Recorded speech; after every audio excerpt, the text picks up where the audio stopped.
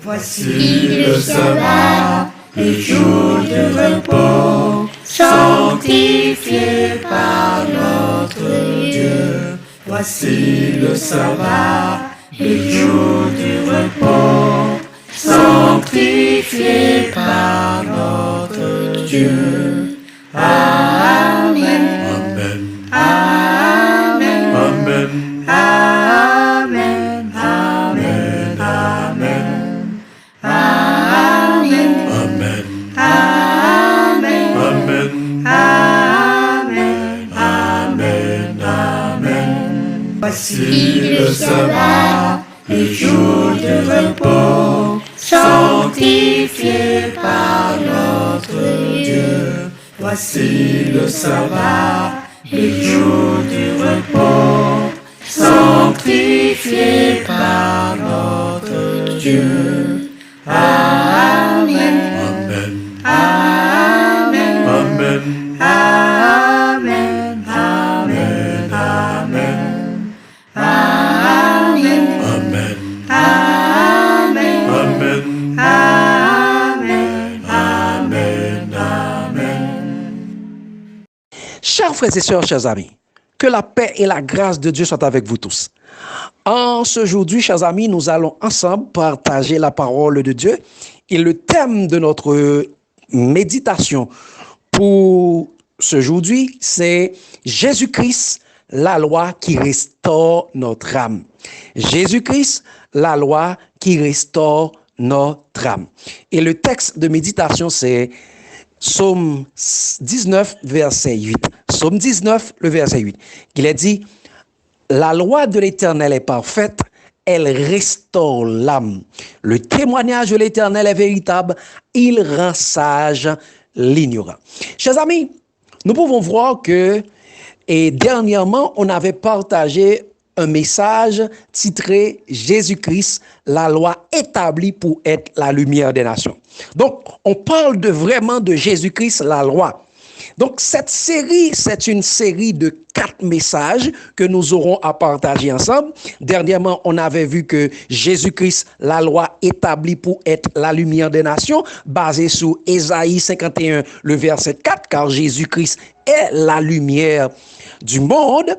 Aujourd'hui, nous allons voir Jésus-Christ, la loi qui restaure notre âme, basée sur Psaume 19, verset 8. Et prochainement, nous aurons à voir Jésus-Christ, la loi à suivre partout et pour l'éternité. Nous allons baser ce texte et ce message sera basé sur Apocalypse 14, versets 1 à 5.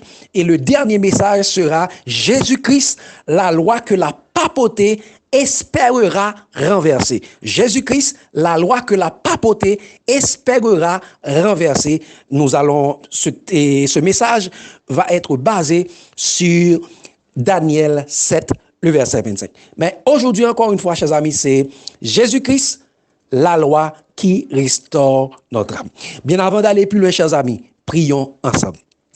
Éternel, notre Seigneur, notre Dieu, en cet instant, nous allons méditer sur ta parole. Nous allons parler de la part de toi. Nous savons que pour parler de la part de toi, nous devons être animés de la sagesse d'en haut. Nous te demandons que la sagesse que tu promets dans Jacques 1er, verset 5, soit avec nous, puisse nous animer, soit avec nous et en nous, pour que nous puissions parler de la part de toi et que ton peuple soit édifié à salut. Au nom de Jésus, nous t'en prions. Amen. Chers amis, Jésus-Christ, la loi qui restaure notre âme. Lisons à nouveau le texte de méditation, Psaume 19, le verset 8. La loi de l'Éternel est parfaite, elle restaure l'âme. Le témoignage de l'Éternel est véritable, il rend sage l'ignorant. Chers amis, dans Psaume 19, le verset 8, le psalmiste David nous dit que la loi parfaite de l'Éternel restaure notre âme. Nous devons nous poser la question de quelle loi de l'Éternel dont parle David, car dans les Écritures, cette expression fait référence à au moins 2 éléments. Donc, quand on parle de la loi de l'Éternel dans les Écritures, ça fait référence à au moins 2 aspects. Donc, chers amis, la question, Qu'est-ce que la loi de l'Éternel dans la parole de Dieu? Qu'est-ce que la loi de l'Éternel dans la parole de Dieu? Donc, chers amis, la première partie que nous devons voir que la loi de l'Éternel est égale à la loi de la Pâque et est égale à Jésus. Regardons dans Exode 13, versets 1 à 3 et verset 9. Regardez ce que l'Éternel a dit à Moïse et ce que Moïse a dit au peuple. Il a dit, chers amis, l'Éternel parla à Moïse et dit, consacre-moi tout premier-né parmi les enfants d'Israël, tant les hommes que les animaux. Il m'appartient. Moïse dit au peuple, souvenez-vous de ce jour où vous êtes sortis d'Égypte, de la maison de servitude, car c'est par sa main puissante que l'Éternel vous a fait sortir. On ne mangera point de pain levé. Ce sera pour toi comme un signe sur ta main et comme un souvenir entre tes yeux, afin que la loi de l'Éternel soit dans ta bouche, car c'est par sa main puissante que l'Éternel t'a fait sortir du pays d'Égypte, que l'Éternel t'a fait sortir d'Égypte. Donc, chers amis, cette loi, c'est extrêmement important. Moïse est en train de faire rappel, Dieu a donné la loi de la Pâque au peuple Israël. Et cette loi de la Pâque est appelée la loi de l'Éternel. L'Éternel a dit au peuple Israël de se souvenir comment il les a fait sortir du pays d'Égypte, mais c'est par l'agneau pascal. C'est après que le peuple eut fini de passer le sang de l'agneau sur les linteaux, et c'est à partir de cela que le peuple est sorti du pays d'Égypte. C'est pourquoi Moïse les a rappelés ce souvenir. Cette loi doit être comme un signe sur leurs mains et comme un souvenir entre les yeux. C'est la loi de l'Éternel, afin que la loi de l'Éternel soit dans leur bouche. Donc, chers amis, si la loi de l'Éternel est en référence avec la loi de la Pâque, nous devons savoir que la Pâque n'est autre que Jésus. C'est pourquoi il est dit dans Exode 12, verset 21, Moïse appela tous les anciens d'Israël et leur dit, allez prendre du bétail pour vos familles et immoler la Pâque. Donc, le peuple Israël devait immoler la Pâque avant leur sortie d'Égypte. Donc, la Pâque, c'est l'agneau qui est la Pâque. Et nous savons qu'il est dit dans Jean 1er, le verset 29, et Jean-Baptiste, regardant Jésus, il a dit, chers amis, et voici l'agneau de Dieu qui ôte le péché du monde.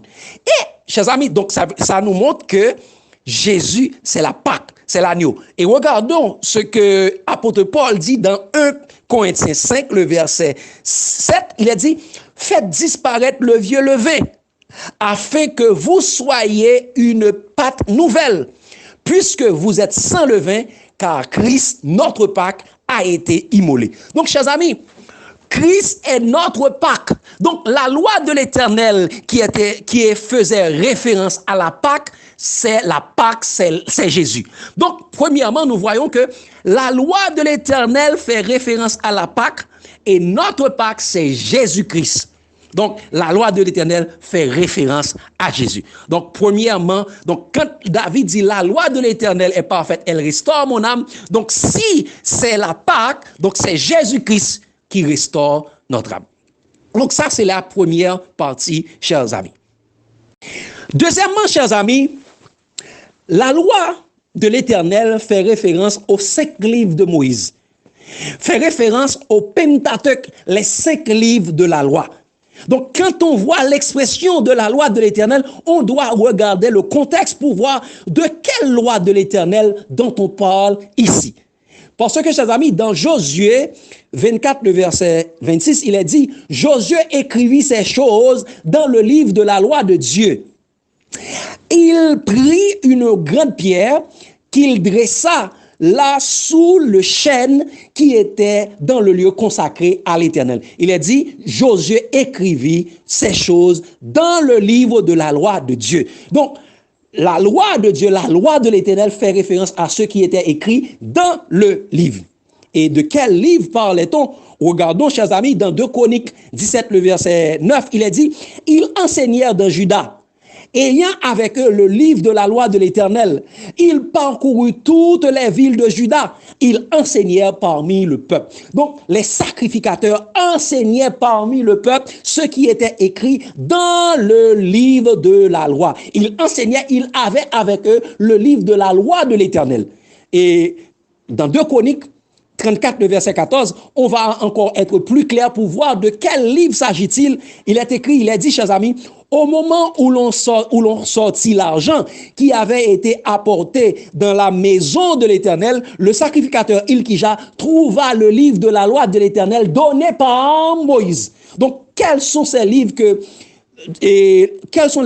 la loi de l'Éternel que Moïse avait donnés, chers amis? Ce sont les 5 livres de la loi, Genèse, Exode, et Nombre, Deutéronome et Lévitique. Ce sont les 5 livres.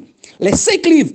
Genèse, Exode, Lévitique, Nombre, Deutéronome. Donc, ce sont les 5 livres de Moïse qu'on appelle couramment le Pentateuque. Donc, chers amis, les 5 livres de la loi de l'Éternel faisait référence à ce qui était écrit dans les 5 livres de la loi de Moïse, la loi de l'Éternel, les 5 livres que Dieu avait donnés à Moïse pour donner au peuple Israël. Donc, la loi de l'Éternel fait référence aux 5 livres, à ce qui est écrit dans les 5 livres de Moïse, de Genèse à Deutéronome.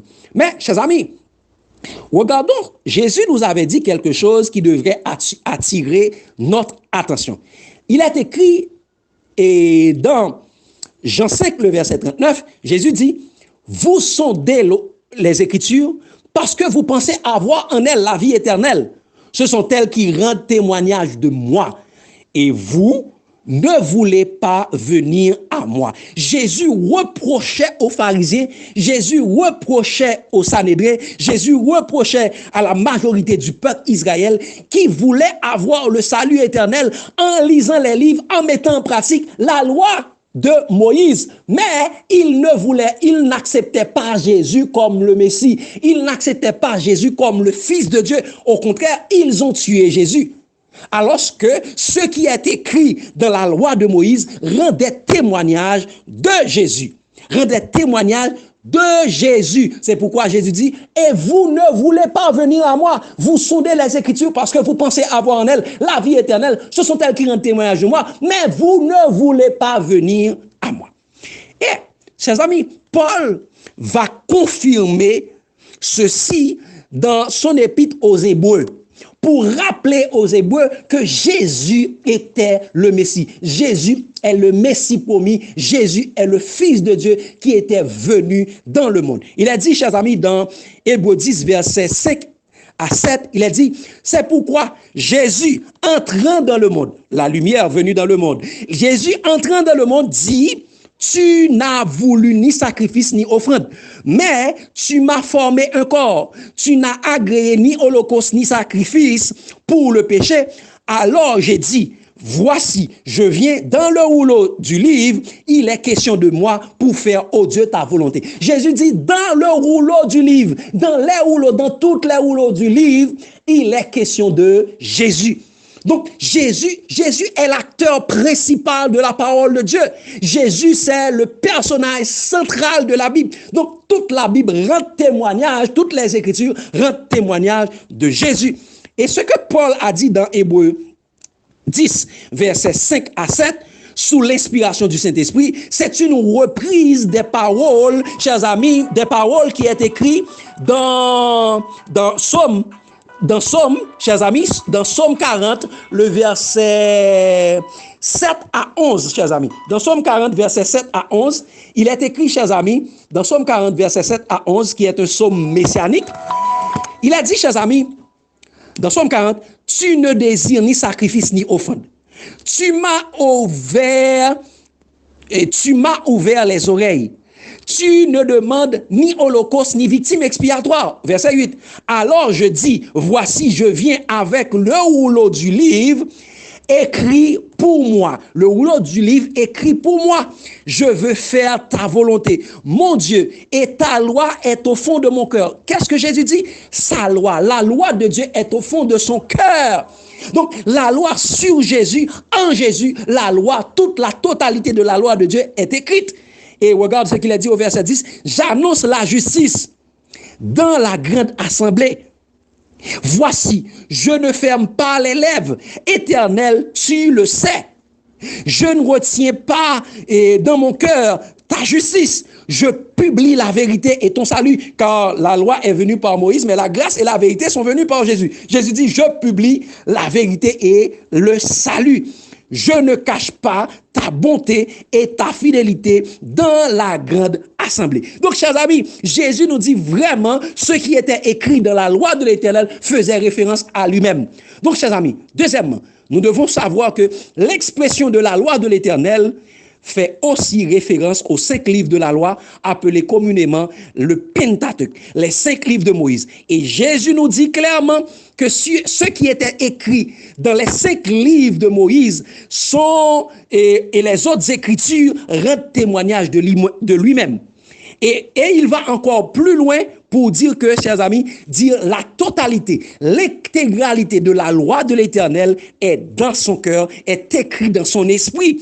Donc, chers amis, la loi de l'Éternel qui est écrite dans les 5 livres de Moïse est encore égale à Jésus. Est encore égale à Jésus. Donc, chers amis, pour résumer cette partie, nous devons savoir que l'expression de la loi de l'Éternel fait référence à la Pâque et Jésus est notre Pâque. L'expression de la loi de l'Éternel fait référence aux 5 livres de Moïse et les 5 livres de Moïse rendent témoignage de Jésus. Et en déduction, chers amis, la loi de l'Éternel, c'est Jésus. Donc ça, c'est la première partie, chers amis. Maintenant, chers amis, retournons au psaume 19 pour voir le contexte de notre passage de base où il est dit, chers amis, au verset 8, la loi de l'Éternel est parfaite, elle restaure l'âme. Le témoignage de l'Éternel est véritable, il rend sage l'ignorant.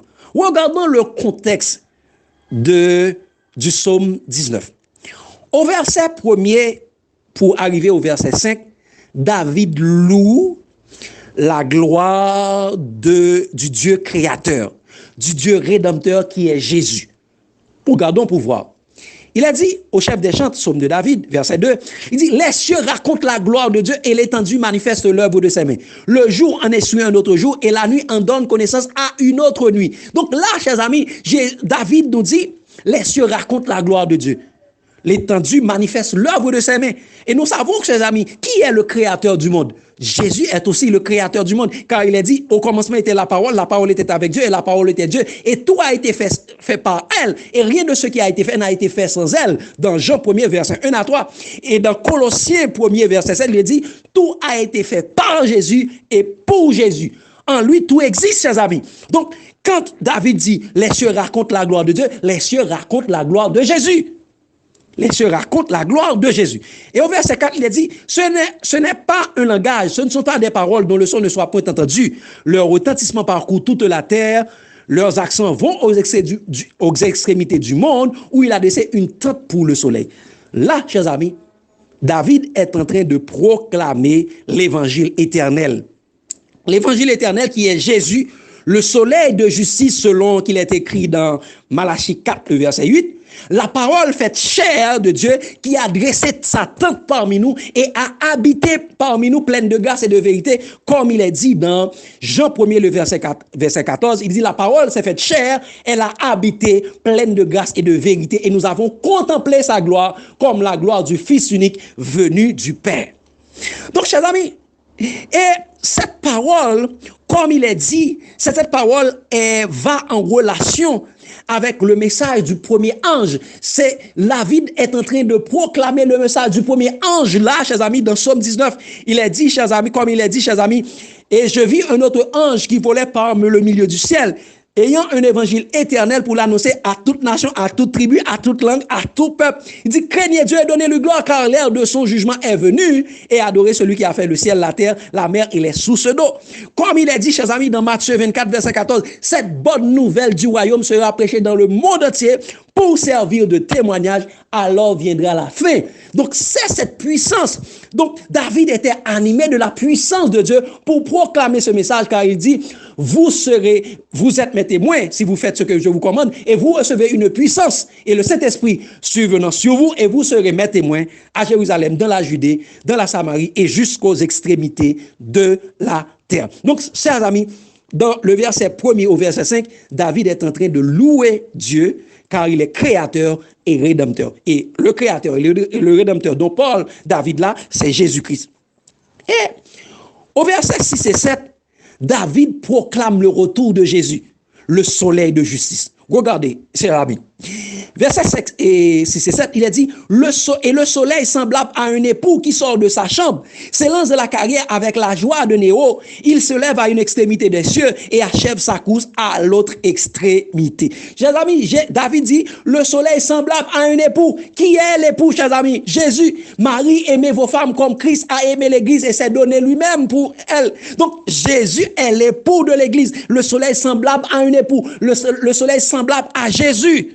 Donc, dans ces versets, David est en train de proclamer le retour de Jésus, l'époux de l'Église, comme il est écrit dans les prophéties suivantes, chers amis, comme il est dit, et Matthieu 24, verset 27, il dit, car comme l'éclair part de l'Orient et se monte jusqu'à l'Occident, ainsi sera l'avènement du Fils de l'homme. Donc, il est dit, le soleil semblable à un époux qui sort de sa chambre, s'élance de la carrière avec la joie de Néo, et avec la joie de Néo, il se lève à une extrémité des cieux et achève sa course à l'autre extrémité. Donc, comme l'éclair part de l'Orient et se monte jusqu'à l'Occident. Nous voyons, chers amis, c'est la même chose.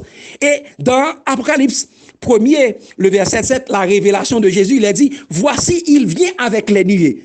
Et tout œil le verra, même ceux qui l'ont percé, et toute la terre se lamenteront à cause de lui. Oui, amen. Donc, chers amis, David était déjà en train de proclamer le retour de Jésus dans le psaume 19. Donc, chers amis, comme nous venons de le constater, le psaume 19 est un psaume messianique, un psaume qui rend témoignage de Jésus. Donc, sa création, sa rédemption et son retour en gloire, donc c'est ce que le psaume 19 est en train de proclamer. Donc, cela nous montre que David parle de Jésus dans le psaume 19. Même lorsqu'il dit la loi de l'Éternel est parfaite, elle restaure l'âme. Là, David est encore en train de parler de Jésus.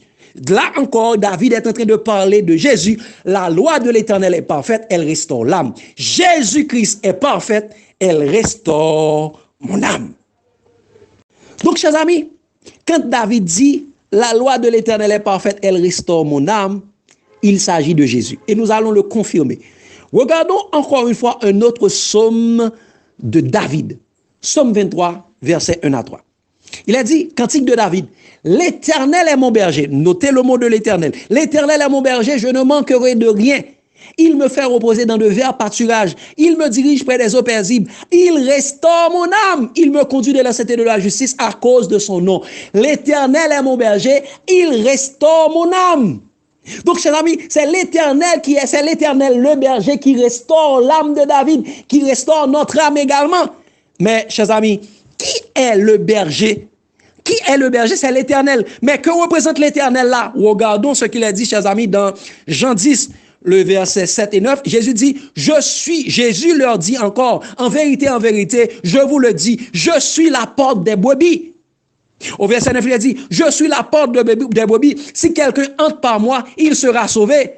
Il entrera et il sortira et il trouvera un pâturage. Jésus est la porte des brebis. Et au verset 11, toujours dans Jean 10, Jésus confirme, je suis le bon berger.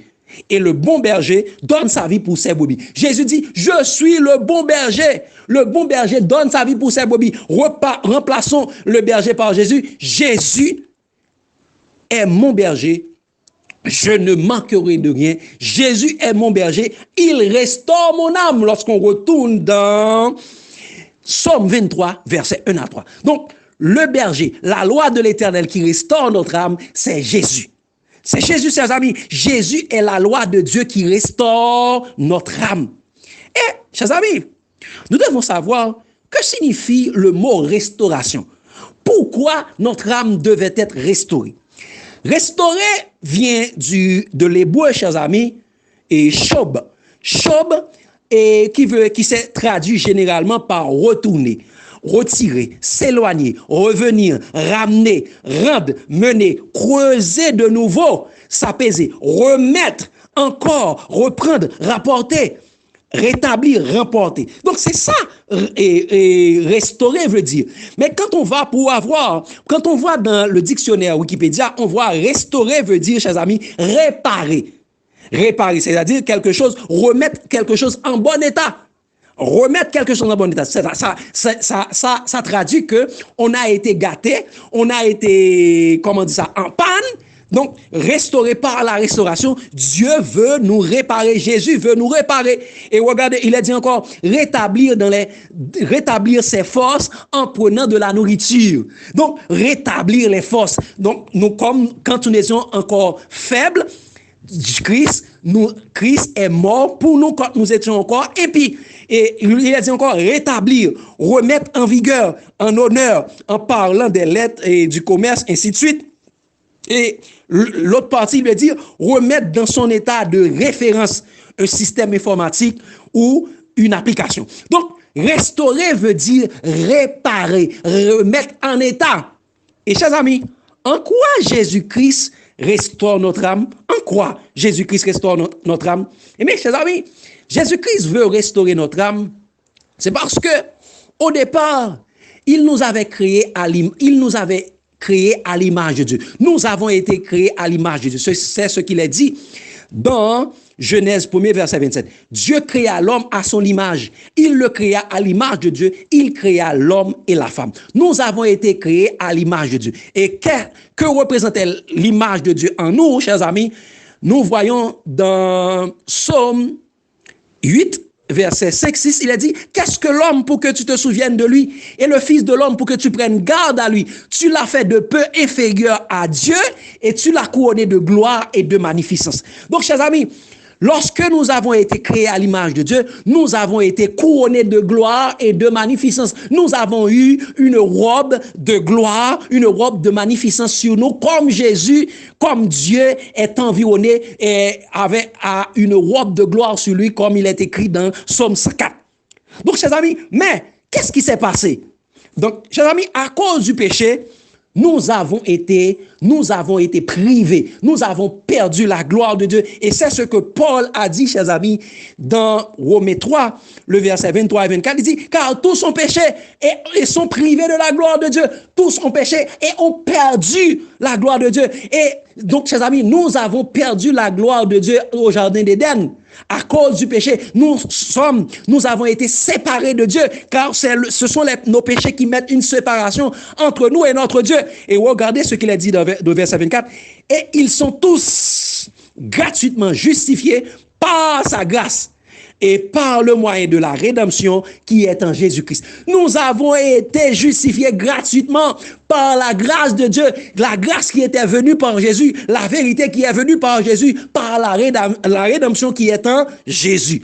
Donc, chers amis, pourquoi Jésus veut nous restaurer? C'est pour nous redonner la gloire que nous avions perdue en Éden, chers amis. Et c'est par Jésus. Nous devons savoir, chers amis, c'est par Jésus. Dieu veut nous restaurer, Dieu veut nous redonner son image, sa gloire. Par Jésus, Dieu veut nous redonner son image et sa gloire.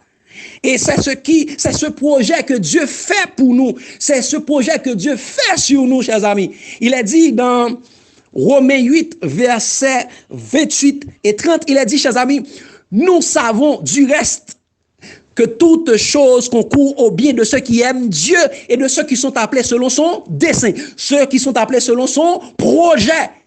Car ceux qu'il a connus d'avance, il les a aussi prédestinés à être semblables à l'image de son Fils. Donc Dieu nous a prédestinés pour être à l'image de Jésus, car Jésus est l'image de Dieu. Jésus est l'empreinte de Dieu. Donc Dieu nous prédestine pour être semblable à Jésus. C'est le projet que Dieu a formé sur nous. Il est dit dans Jérémie 29, verset 11, « Je connais les projets que j'ai formés sur vous, projets de paix et non de malheur. » Donc le plus grand projet que Dieu a pour nous, c'est de nous transformer à l'image de Jésus.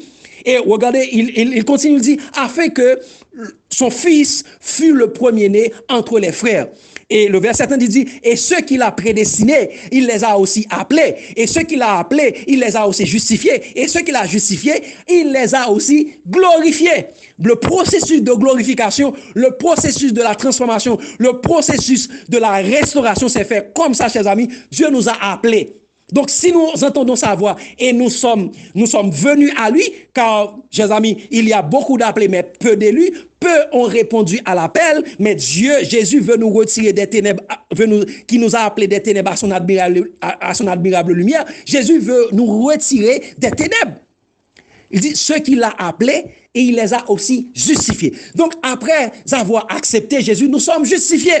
Mais quand nous persévérons dans cette justification, nous serons glorifiés, car ceux qui persévéreront jusqu'à la fin seront sauvés. Donc, c'est par Jésus, Dieu veut nous justifier. Et Paul est encore plus clair. Paul va encore plus clair dans Colossiens 1er, verset 26-27.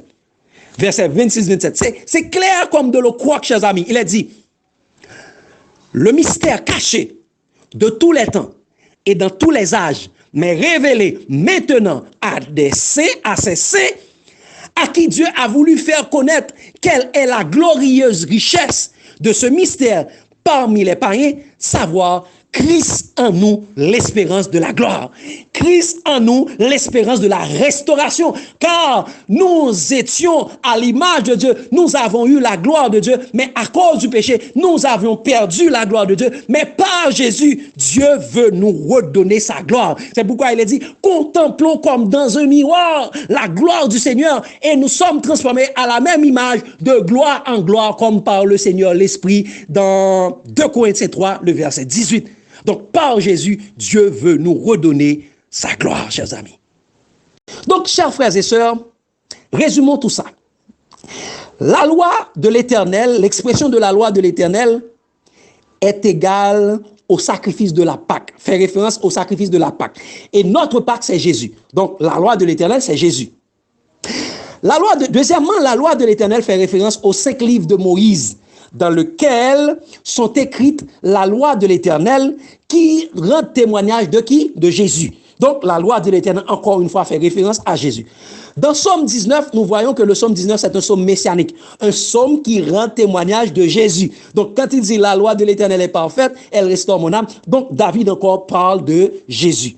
Et nous avons vu que, chers amis, la loi de l'Éternel qui restaure notre âme, c'est Jésus, car Jésus est le bon berger. Et c'est pourquoi David avait dit, chers amis, dans Psaume 23, verset 3, il a dit, l'Éternel, et au verset 1er, il a dit, l'Éternel est mon berger. Au verset 3, il dit, il restaure mon âme. L'Éternel est mon berger, l'Éternel est le berger qui restaure notre âme. Et dans Jean 10, verset 11, Jésus dit, je suis le bon berger donne sa vie pour ses brebis. Et cinquièmement, nous avons vu que, chers amis, par la restauration de notre âme, Dieu veut nous redonner sa gloire. La gloire que nous avions perdue en Éden, car tous sont péchés et sont privés de la gloire de Dieu. Dieu veut nous redonner cette gloire. Et cette espérance d'avoir la gloire de Dieu, nous la trouvons en Jésus. Car il est écrit, chers amis, dans Colossiens 1er, verset 27, Christ en nous, l'espérance de la gloire. Dieu nous a prédestinés pour être à l'image de son Fils. Et pour être à l'image de son Fils, c'est que Dieu va nous glorifier. C'est pourquoi nous devons contempler comme dans un miroir la gloire du Seigneur et nous serons transformés à la même image de gloire en gloire comme par le Seigneur l'Esprit. Donc Jésus est la loi de Dieu qui restaure notre âme. Donc, chers amis, nous ne devons pas être rebelles comme les pharisiens du Sanhédrin d'autrefois. Ils sondaient les Écritures pour avoir la vie éternelle. Ils pensaient avoir la vie éternelle par l'application de la loi de Moïse. Mais ils ne voulaient pas accepter Jésus comme le Messie. Ils ne voulaient pas aller à Jésus comme le Fils de Dieu. Ils ont rejeté Jésus, ils ont même tué Jésus, le Fils de Dieu. Chers amis, nous devons nous repentir. Nous devons cesser de prêcher la loi de Moïse. Mais nous devons prêcher la loi de la vérité, la loi de la grâce, la loi de l'esprit qui est manifestée en Jésus. Car la loi est venue par Moïse, mais la grâce et la vérité sont venues par Jésus. Et c'est pourquoi Jésus dit, allez, faites de toutes les nations des disciples, les baptisant au nom du Père, du Fils et du Saint-Esprit, et enseignez-leur tout ce que je vous ai prescrit. Et voici, je suis avec vous tous les jours jusqu'à la fin du monde. C'est ce que Jésus nous a prescrit que nous devons enseigner aux gens.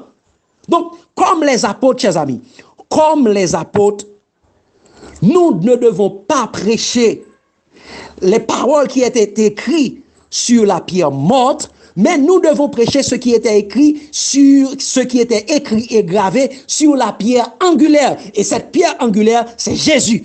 Donc, chers amis, nous devons prêcher Jésus-Christ et Jésus-Christ crucifié. Car Jésus est la loi qui restaure notre âme. Donc, chers amis, que le Seigneur vous bénisse abondamment, que le Seigneur vous permet d'apprendre la parole de Dieu. Pour savoir, quand nous prêchons Jésus, nous prêchons la plénitude de Dieu. Nous prêchons la totalité, l'intégralité de la parole de Dieu. La loi, y compris, la loi n'est pas abolie. Mais tout est en Jésus. Mais quand nous apportons Jésus, nous prêchons le package de Dieu. La plénitude de Dieu, la plénitude de la parole de Dieu. Jésus-Christ, la loi qui restaure notre âme. Que le Seigneur vous bénisse abondamment. L'amour de Christ nous presse.